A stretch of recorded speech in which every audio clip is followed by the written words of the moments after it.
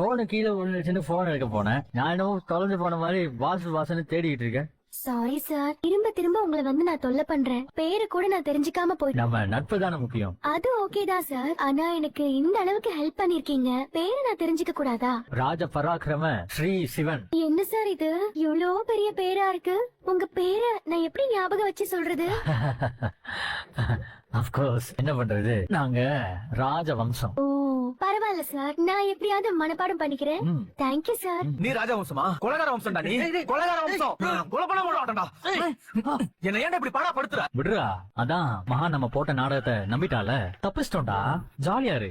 மகா கிட்ட இருந்து தப்பிச்சிட்டாலும் உன்கிட்ட மாட்டிட்டு முடிச்சிட்டு தானே இருக்கேன். விடு மச்சி, எல்லாம் தான் நமக்கு சாதகமாவே நடக்குது. பிசாசு, நீ வீட்ல இருக்கிற வரைக்கும் என்னால நிம்மதியாவே இருக்க முடியாது. நீ இல்லனாதான் எனக்கு நிம்மதியே. அழகியா அழகி இரு, உன்னை அசிங்கமாக்குறேன். யார் கதவு மூடுனது? யார் கதவு மூடுனது? எனக்கு ரொம்ப பயமா இருக்கு. கதவு திறங்க.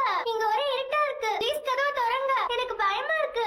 இங்க எல்லாருமே இது யதார்த்தமா நடந்ததுன்னு நினைப்பாங்க, ஆனா யாருக்கும் தெரியாது இது என்னோட வேலைதான். ப்ளீஸ். இன்னியோட அழகியோட தொல்லையும் முடிஞ்சு பெரிய பிரச்சனை வெடிக்க போகுது. தேங்க்யூ. மேடம் ஒரு நிமிஷம், முதல்ல இதை சாப்பிடுங்க. ஐயோ, இன்னைக்கு லேட் ஆயிடும் போல இருக்கு. போயிட்டே இருக்கே.